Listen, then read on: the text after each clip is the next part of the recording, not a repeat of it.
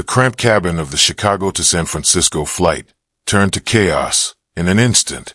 The roar of the Boeing 737's engines mixed with passengers' screams as the plane shook violently, as if an invisible hand was tearing it apart mid-sky.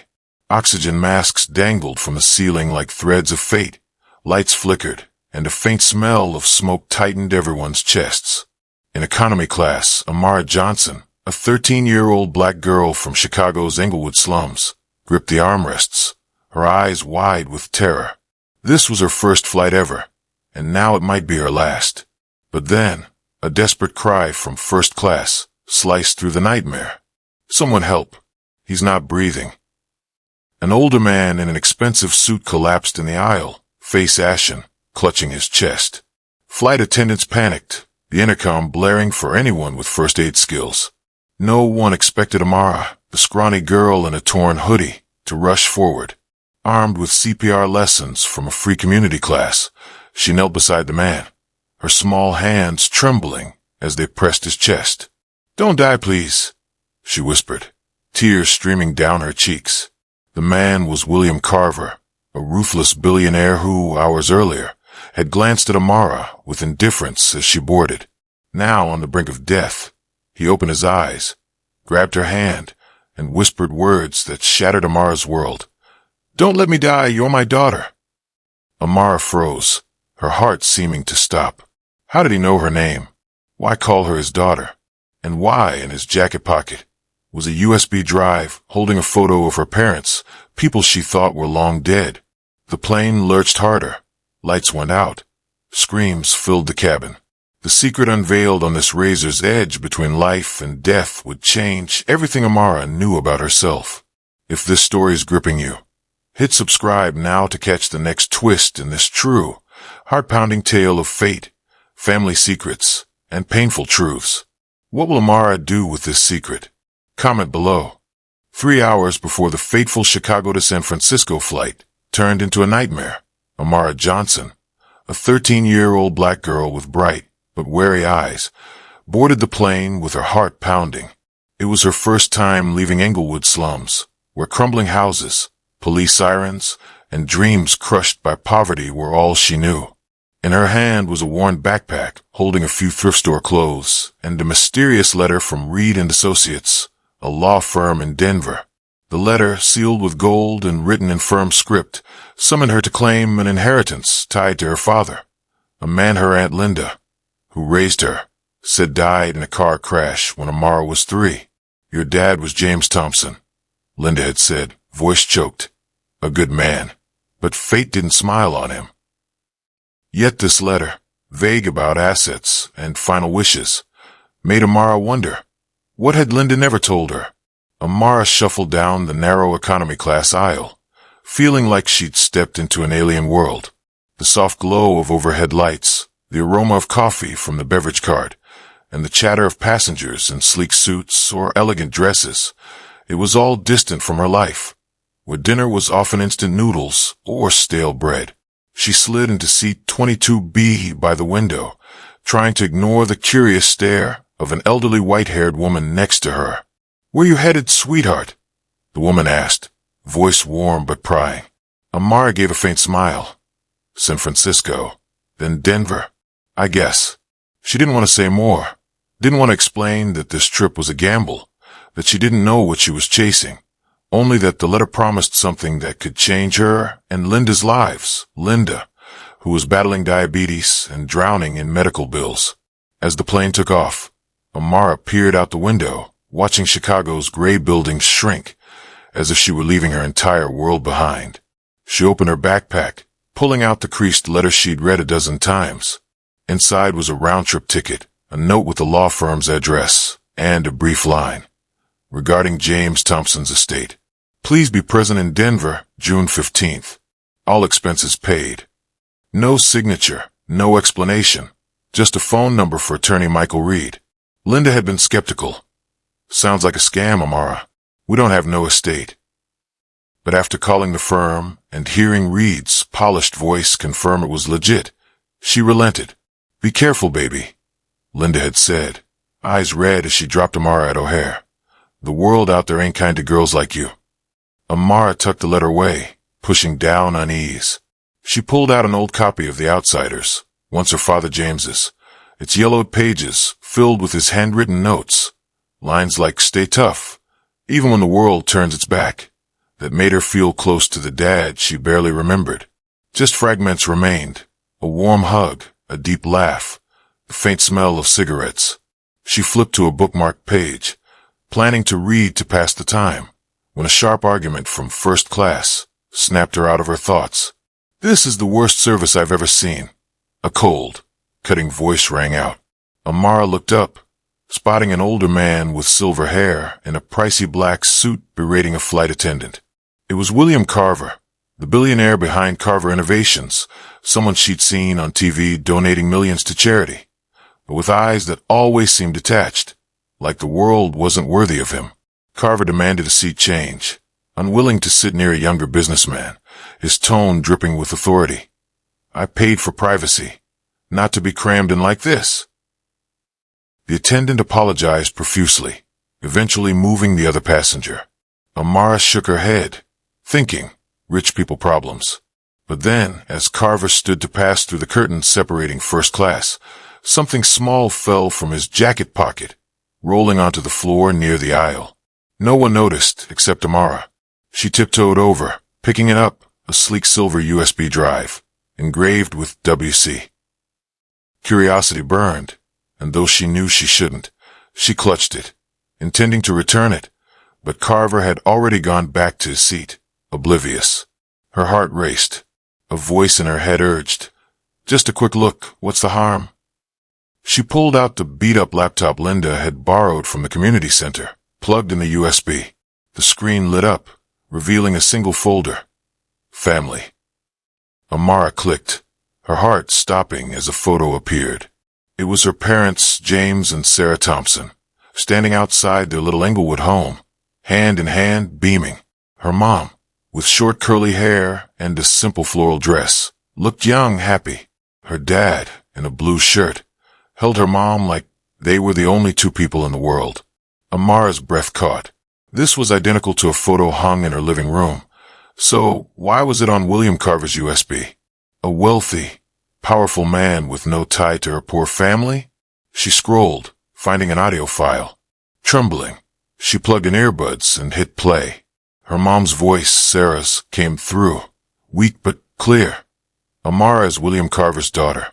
I never wanted her to know this, but if you're listening, maybe it's time the truth came out." The file cut off, as if deleted mid-recording. Amara froze, her mind reeling. William Carver, her father? Impossible. Her dad was James, the man she cherished through faint memories and this annotated book. So why would her mom say this? And why did her mom, who vanished mysteriously when Amara was 8, leave this message? Before she could process it, the plane jolted violently, yanking her back to reality. The intercom crackled. "Ladies and gentlemen, we're experiencing turbulence. Please fasten your seatbelts." Amara stuffed the USB in her pocket, heart pounding. She glanced through the first-class curtain, seeing Carver sitting there, eyes distant, as if he knew a secret bigger than the storm ahead. If you're wondering what Amara will do with the secret, hit subscribe now to follow the gripping journey of this 13-year-old girl. The Chicago to San Francisco flight had become a living nightmare, as if the sky itself was hell-bent on shredding every hope aboard.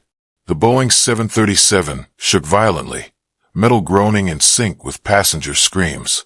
Oxygen masks dangled like nooses, cabin lights flickered, and a faint whiff of smoke choked the air. Amara Johnson, the 13-year-old from Englewood slums, gripped the armrests of seat 22B, her heart hammering. Just minutes ago, she'd been reeling from the secret on William Carver's USB, a photo of her parents and her mom Sarah's voice claiming Carver was her real father. Now, as the plane lurched like a ship in a storm, Amara wondered if she'd survive to uncover the truth. "Ladies and gentlemen, please remain calm." The pilot's voice crackled over the intercom, but the strain in his words only fueled panic. Passengers prayed, clung to each other, some sobbing. Amara stared out the window, seeing only darkness and lightning slashing the sky. She stuffed the USB deeper into her hoodie pocket, its weight like a ticking bomb. Thoughts of Carver, the cold billionaire in first class, sent shivers through her. What did he know about her family? Why did he have her parents' photo? And her mom's recorded words? Amara is William Carver's daughter. Were they true, or a cruel twist of fate? Suddenly, a desperate cry from first class cut through Amara's thoughts. Someone help. He's not breathing. A flight attendant, hair disheveled, rushed down the aisle, face pale. Is anyone trained in first aid? Please. Amara heard commotion, seats flipping, people shouting. Somehow she knew it was Carver. Her heart pounded, an invisible force pulling her forward. She unbuckled her seatbelt, ignoring the plane's violent shaking, and pushed through the panicked crowd to the first-class curtain. There, William Carver, the billionaire she'd seen on TV, lay sprawled in the aisle, face gray, clutching his chest. His expensive suit was crumpled, eyes shut, as if death was quietly claiming him. One attendant knelt beside him, fumbling to check his pulse, while another yelled into a radio, "We need an emergency landing." Amara didn't think. She rushed forward, dropping to her knees beside Carver, her small hands trembling as they pressed his chest. "I know CPR," she shouted, voice cutting through the chaos. "I learned at the community center." The attendant eyed her, skeptical yet desperate, with no other options. "Okay, kid, steady compressions, 30 times, push hard." Amara started chest compressions, counting in her head. 1, 2, 3. Each push was a battle, like she was yanking Carver back from the edge of death. The plane jolted again, nearly knocking her over. Oxygen masks swayed above, lights flashing like a horror movie. But Amara didn't stop. "Don't die," she whispered, tears streaming down her cheeks. "You can't die without explaining." She didn't know if she was saving a tycoon or her possible father, only that he held the key to her family's secrets, and she needed him alive to answer. Suddenly, a cold hand grabbed her wrist. Carver's eyes fluttered open, his deep blue gaze filled with pain but piercing. He tugged his oxygen mask down, whispering through shallow breaths, "James, my daughter, I'm sorry," before his head lolled back unconscious. Amara froze, her heart seeming to stop. James. He'd said her father's name? Why? She kept compressing, but her mind spun. The attendant shouted, "Kid, don't stop. He's still alive." Amara pressed harder, tears dripping onto Carver's shirt, mixing with sweat. Out of nowhere, an older woman pushed through the crowd, kneeling beside Amara. "Let me help," she said, voice steady. It was Evelyn Brooks, a retired nurse from economy class, her silver hair tied back, eyes sharp. Evelyn checked Carver's pulse, then barked at the attendant, "Get the first aid kit now." But as she searched Carver's jacket for meds, something small fell out, a gold locket, glinting under the dim lights. Amara caught a glimpse, and her heart shattered. The locket popped open, revealing 2 tiny photos, one of her mom, Sarah, young and smiling. The other was a younger man, not James Thompson. He had Carver's blue eyes, but darker brown hair. "What is this?" Amara whispered, hand still compressing but mind in chaos. Evelyn glanced at her, eyes questioning. "Kid, you know this guy?"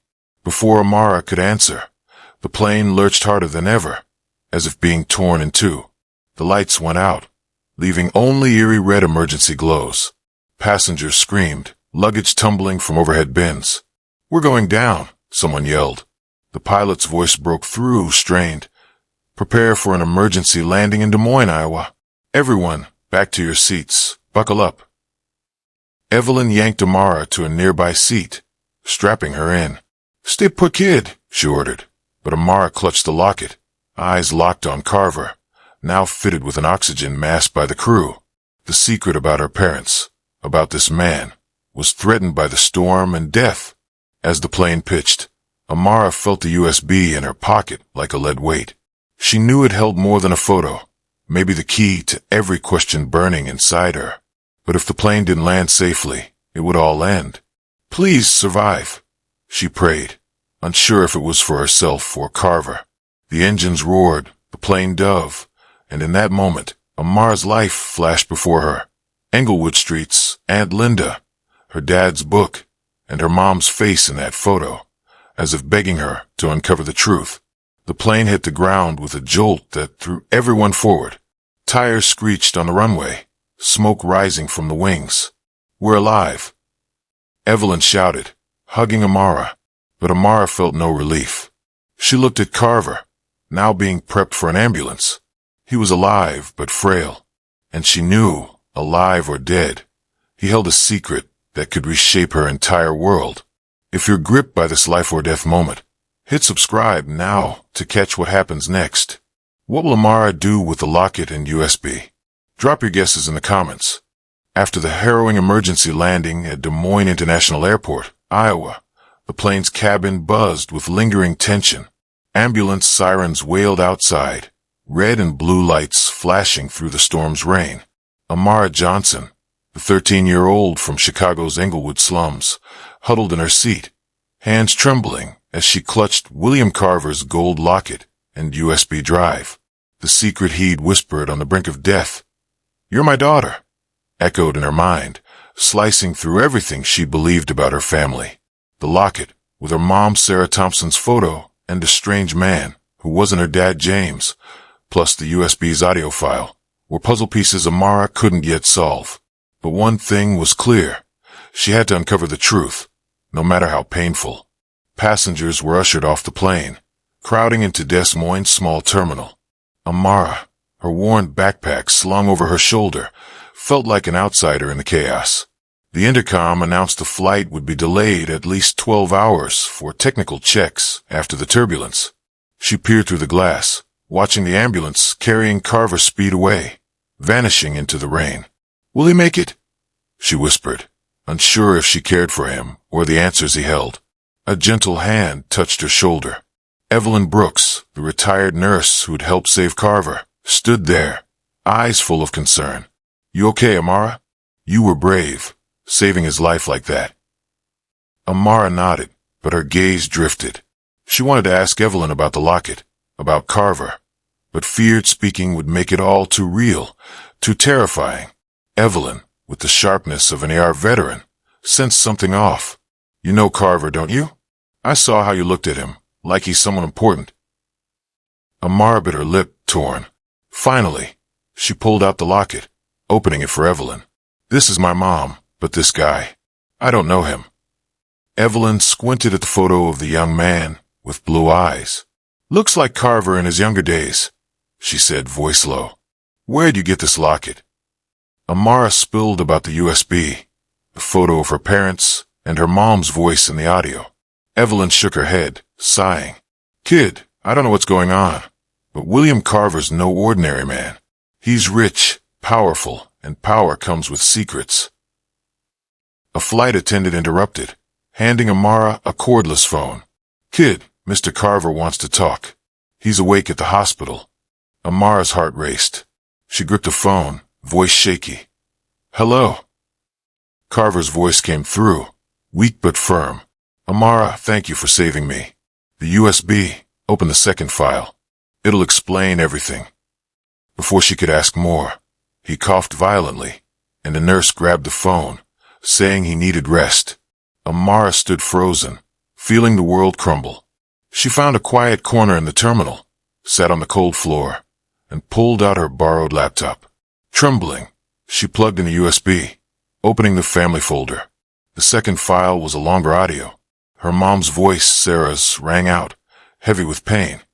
"Amara, if you're hearing this, I'm sorry for all the secrets. William Carver is your biological father. I met him in Chicago, a young, ambitious software engineer. He was married, but I foolishly believed he'd leave everything for me. When I got pregnant with you, he chose his career, his family, leaving me with heartbreak and shame. James, my best friend, adopted you, gave you his name to shield you from scandal. I left when you were 8 because I was sick, Amara. Mental illness. I didn't want you growing up scared of my delusions. You deserve the truth, even if I don't know if you'll forgive me." Amara choked, tears splashing the keyboard. Her mom hadn't abandoned her out of indifference, but because of illness. And James, the dad she loved through faint memories, wasn't her biological father. But Carver, who was he to her? A blood father? Or just a rich man who ditched her and her mom? She scrolled the USB, spotting a hidden video file encrypted. On a whim, she typed Amara as the password, and it opened. The video was grainy, like a covert recording from a Chicago cafe 6 months ago. Amara recognized her mom, Sarah, sitting across from Carver. Sarah looked worn, hair prematurely gray, but her eyes were fierce. "William, don't contact Amara," she said. "She doesn't need to know about you. Doesn't need your wealth messing up her life." Carver bowed his head, voice low. "Sarah, I was wrong to abandon you both. I want to make it right. I'll find a way to meet her, even if it costs me everything." Sarah sobbed, stood, and left. The video ended, leaving Amara stunned. Carver had planned to meet her. This flight wasn't random. He'd chosen it to face her. Before she could process, the airport intercom blared. "Passengers for Chicago-San Francisco, please prepare to board a new flight. We depart in 1 hour." Amara stuffed the USB and locket into her backpack, mind reeling. She had to get to Denver, meet attorney Michael Reed, to understand the inheritance and Carver's role. Evelyn, nearby, handed her a cup of water. "What's your next move, Amara?" she asked. "I don't know," Amara whispered. "But I need answers. I need to know why he did this." The new plane took off, carrying Amara to San Francisco, then onward to Denver. Stepping into Reed and Associates' sleek glass front office, with its plush red carpet, she felt like she'd entered another world. Michael Reed, a middle-aged man with a practiced smile, greeted her. "Ms. Johnson, thanks for coming. Your trip must have been eventful." He handed her a thick envelope containing a handwritten letter from her mom. Its shaky script confirmed the audio. Carver was her biological father, James adopted her, and her mom was in a psychiatric facility in Arizona. But what floored Amara was Reed's revelation. Carver had secretly funded her scholarship, the community center where she learned CPR, and the hospital treating Aunt Linda. Amara gripped the locket, eyes burning. Why didn't he ever say anything? Why let me live like this when he had everything? Reed sighed. "Carver's a complex man, Amara. He wanted to protect you, but in his own way, from a distance." Reed slid her a small key. "Carver left a safe deposit box at a Denver bank. It holds what he wanted you to have when the time came." Amara stared at the key, feeling it unlocked a world of secrets and pain. If you're hooked on Amara's journey, hit subscribe now to catch what happens next. What's in the safe deposit box? Drop your guesses in the comments. Amara Johnson stood before the door of a sleek private hospital room in Denver, her heart pounding like it might burst. Beyond the cold steel door lay William Carver, the powerful billionaire who, mid-heart attack on that fateful flight, had whispered he was her father. The USB drive with her mom Sarah Thompson's voice and a covert video revealing his intent to meet her. The gold locket with photos of her mom and a younger Carver. Her mom's handwritten letter confirming he was her biological dad. All were sharp fragments piercing Amara's memories, shattering everything she believed about her family. The 13-year-old from Chicago's Englewood slums now faced a man who'd abandoned her and her mom, yet quietly funded her life from afar. Amara gripped a bank key from attorney Michael Reed, feeling it like a ticking bomb. What was in the safe deposit box?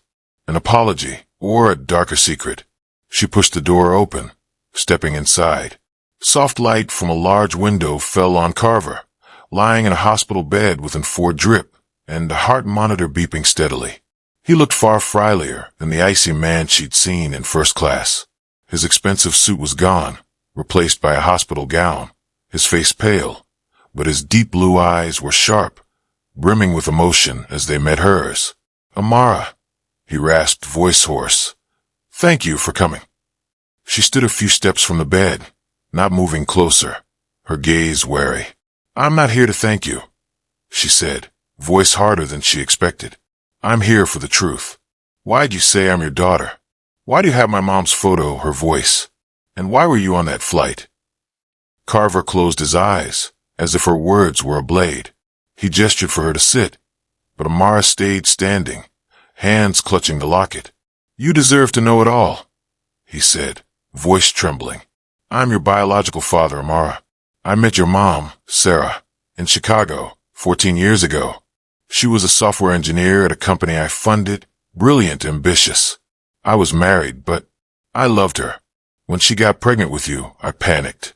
My wife, my company, everything I'd built. It could have collapsed in a scandal. I chose my career, my existing family, and left your mom alone. I was a coward, Amara." Amara felt heat rush to her face.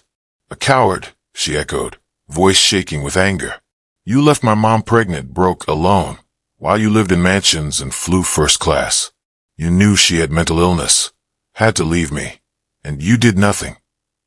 Carver bowed his head, gripping the bedsheet. "I tried to make up for it in my own way," he said. "I set up a trust for you, funded the community center where you learned CPR, your school, the hospital where your Aunt Linda's treated. But I know money can't erase what I did." Amara shook her head, tears streaming. "You think money can buy me back? Buy my mom back? You don't know how I grew up, eating instant noodles every night, hearing Linda cry over hospital bills, walking through streets full of gunshots to get to school. Where were you when I needed a dad?" Her voice broke, echoing in the quiet room. Carver opened his eyes, red-rimmed. "I was there, Amara," he said, almost a whisper. "Not as a father, but as a shadow. I was at your kindergarten graduation, watched you play basketball from a distance, sent birthday gifts through Linda without you knowing. I was scared of hurting you by stepping into your life too late." Amara froze. The birthday gifts Linda called from a friend, a pair of basketball sneakers, a new backpack, were from Carver? She pulled out the locket, tossing it onto the bed. "Then what's this? Why keep my mom's photo, and who's this guy?" Carver picked up the locket, fingers trembling as they traced it. "That's me, 20 years ago. I kept it to remind myself of the cost of my cowardice. Sarah gave it to me when she thought we'd have a future. When it all fell apart, I couldn't throw it away." Before Amara could reply, the door swung open. A middle-aged woman in a gray suit stormed in, eyes icy. "William, you need rest," she said, then glared at Amara like an intruder. It was Elizabeth Carver, his wife, whom Amara recognized from news articles. "Who's this girl?" Elizabeth demanded, voice sharp. Carver looked at Amara, then at his wife, voice steady. "Elizabeth, this is Amara, my daughter." Elizabeth staggered, face paling. "Your daughter? William, have you lost your mind?" She turned to Amara, eyes blazing. "Kid, who's paying you to be here? Is this some blackmail scheme?" Amara felt slapped. "I don't want his money," she shouted. "I just want the truth." She faced Carver, tears falling. "You want me to forgive you? Take me to my mom. She's in Arizona, right? If you're really sorry, do this for me." Carver nodded, voice faint. "I promise, Amara. I'll arrange everything." And he pointed to a small wooden box on the bedside table. "Take that. It's yours." Amara opened the box, finding a worn leather journal packed with handwritten pages. She flipped it open, reading. March 15th, 2012, Amara's 8th birthday. Stood outside the community center, watched her blow out candles. Her smiles like Sarah's, heartbreaking. Amara slammed the journal shut, feeling choked. Carver had watched her whole life, never stepping out of the shadows. "Why didn't you say anything?" she asked, voice breaking. Carver coughed hard, the heart monitor beeping erratically. "Because I didn't deserve to, Amara," he whispered. "But now I want to try, if you'll give me a chance." Elizabeth, still there, let out a bitter laugh. "William, you think this kid will forgive you? After everything you hid from me, from our family?" She stormed out, leaving Amara and Carver in heavy silence. Amara looked at him, emotions tangled, anger, pain, but also a flicker of curiosity. Who was this man, beyond a cowardly billionaire? She stuffed the journal into her backpack. "I'll think about it," she said, voice cold. "But I want to see my mom first. Don't let me down again." She left the room, heart heavy. Outside, Michael Reed waited. "Miss Johnson, I'll take you to the bank to open Carver's safe deposit box," he said. Amara nodded, but her eyes were distant. She knew, whatever the box held, it wouldn't erase the years she grew up without a mom or dad. But maybe, just maybe, it would be a key to understanding herself. Amara Johnson stepped out of Denver Central Bank, June's harsh sunlight hitting her face, but her heart remained heavy, as if carrying a world of secrets. In her hands was a small wooden box from William Carver's safe deposit box, filled with items that appended everything she knew about herself. A stack of unsent handwritten letters from her mom, Sarah Thompson, addressed to Carver. A silver bracelet engraved with Amara, that her mom wore when she gave birth, and a photo album chronicling moments Carver had silently witnessed from afar. Amara playing basketball at the community center, accepting an academic award, standing in the rain waiting for a bus in Englewood slums. Each photo was a stab, painful yet strange, a reminder that her biological father, though never present, had watched her like a ghost. But was that enough to erase the years she grew up in poverty, without a mom or dad? The 13-year-old sat on a bench outside the bank, flipping through the album, tears falling quietly. One photo stopped her, herself at 5, in front of Aunt Linda's house, holding a shiny new basketball, a birthday gift Linda said was from a friend. Next to it, Carver's handwritten note. "She's stronger than I thought. Sarah would be proud." Amara clutched the album, emotions tangled, anger at his absence, but a faint spark of hope that he truly regretted it. Michael Reed, Carver's attorney, stood nearby, saying gently, "Amara, Mr. Carver wanted you to have these. He's also arranged a trip to Arizona to see your mom. Are you ready?"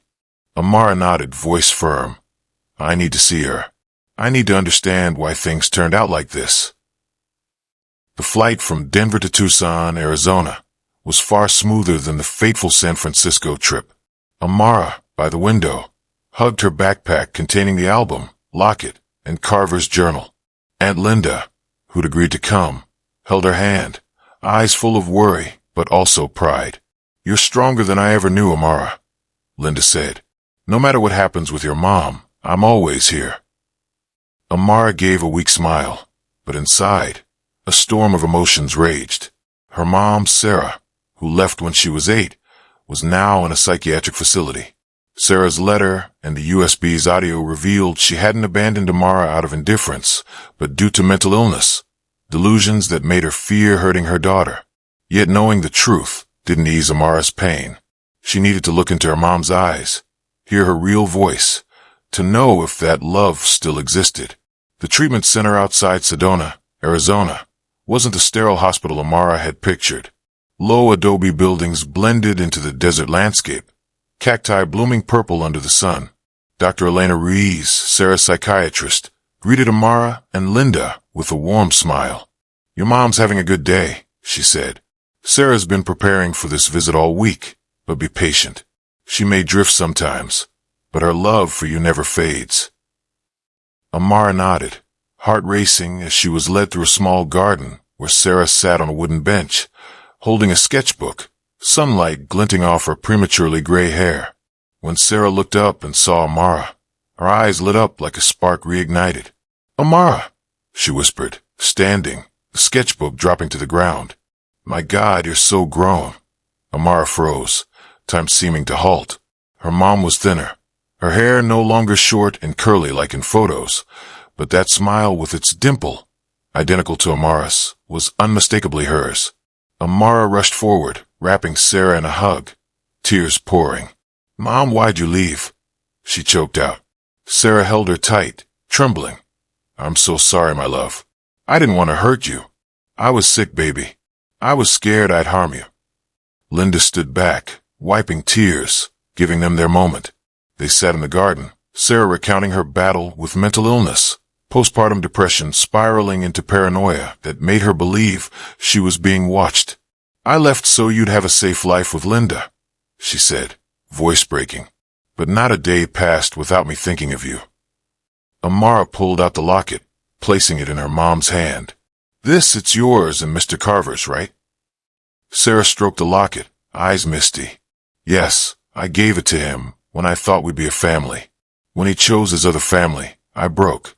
But James, he saved me, saved you. James was your real dad, Amara, blood or not." Amara nodded, feeling pain mixed with comfort. James Thompson, the dad she remembered through the outsiders and faint memories, had chosen her, loved her unconditionally. But what about Carver? She told Sarah about the flight, the USB, the covert video. Sarah was stunned. "William met me 6 months ago, begging to contact you. I refused, afraid it'd hurt you. I didn't know he'd planned to meet you on that flight." Amara took her mom's hand, voice resolute. "I'll decide about him, Mom. But I need you here, no matter what." Weeks later, Amara returned to Chicago, carrying her mom's warmth and a new resolve. She began emailing Carver, short, cautious messages. He sent photos of his family, his grown daughter, Olivia Harper, a 30-year-old doctor, and son, Michael, a businessman.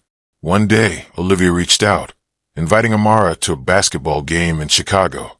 "You're my sister, Amara," Olivia wrote, voice sincere.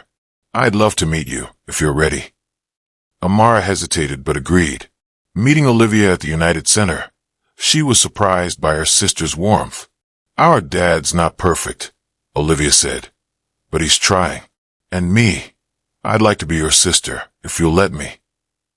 Amara returned home, sitting on Linda's porch, watching kids play basketball under streetlights. She felt a shift in herself, not because of Carver or his money, but because she'd found her mom, her sister, and the strength to face the truth. She opened Carver's journal, reading the final line. "Amara, you're the best thing I ever made, though I don't deserve you." She closed her eyes, feeling a new door opening, not erasing the past, but expanding her future. If you're hooked on Amara's journey of reconciliation, hit subscribe now to catch what happens next. How will Amara's ties with Carver and Olivia evolve? Drop your guesses in the comments.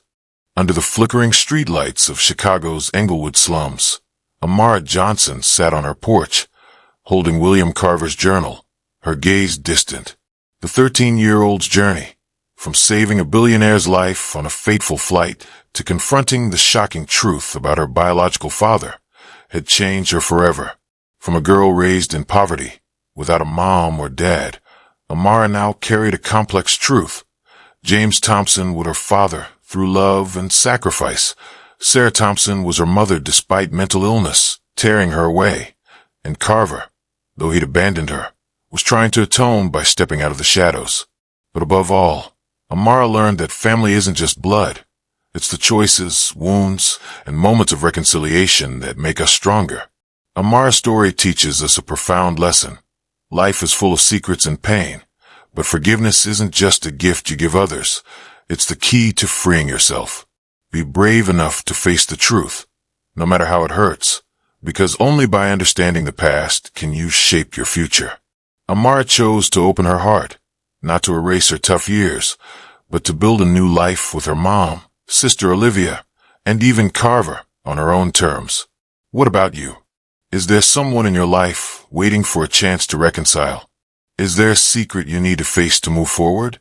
If Amara's story touched your heart, hit subscribe now to follow more moving stories like this. Share in the comments. Who have you forgiven? And how did it change you? Let's spread these powerful life lessons together.